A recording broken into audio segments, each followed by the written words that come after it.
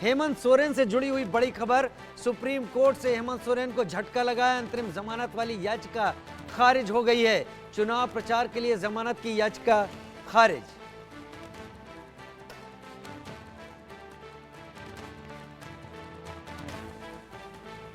आशीष सिन्हा मेरे साथ लाइव। आशीष, विस्तार से जानकारी दें।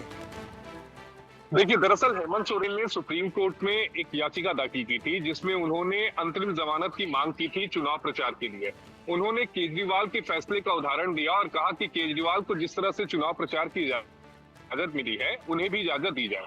आज मामले की सुनवाई के दौरान सुप्रीम कोर्ट ने उनके वकील कपिल सिब्बल से पूछा कि आप हमें ये बताइए कि आपने झारखंड की निचली अदालत में जमानत अर्जी दाखिल की है। तो उन्होंने कहा हाँ। तो उन्होंने कहा फिर हमें गुमराह करने की कोशिश क्यों की गई?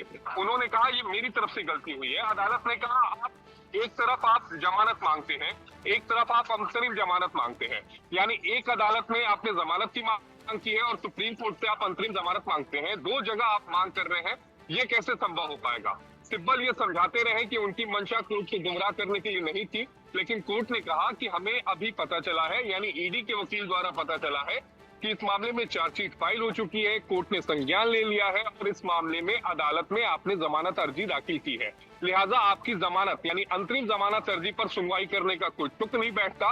कोर्ट ने ये कहते हुए सोरेन की जो अंतरिम जमानत है उसको खारिज कर दिया, जिसका मतलब ये है कि सोरेन के पास अब एकमात्र विकल्प है कि वो निचली अदालत में चुनाव प्रचार के लिए अंतरिम जमानत की गुहार लगाए। तो सोरेन की तरफ से वकील कौन थे और क्या जब अदालत ने एतराज किया तो फिर उनका जवाब क्या था? क्योंकि ये एक बहुत ही अजीब स्थिति हो गई होगी अदालत में। जी कि जाहिर तौर पर, और वकील भी कोई ऐसा वैसा नहीं था। देश के सबसे बड़े वकीलों में से एक वकील है कपिल सिब्बल साहब। कपिल सिब्बल साहब अपीयर हुए थे और सिब्बल साहब ने अदालत को हालांकि कहा कि ये मेरी गलती है मिलॉर्ड, ये गलती हमारे मुवक्किल की नहीं है, यानी हेमंत सोरेन की नहीं है। इस तथ्य को गलती से आपके सामने नहीं रखा गया है, अनजाने में ये गलती हुई है।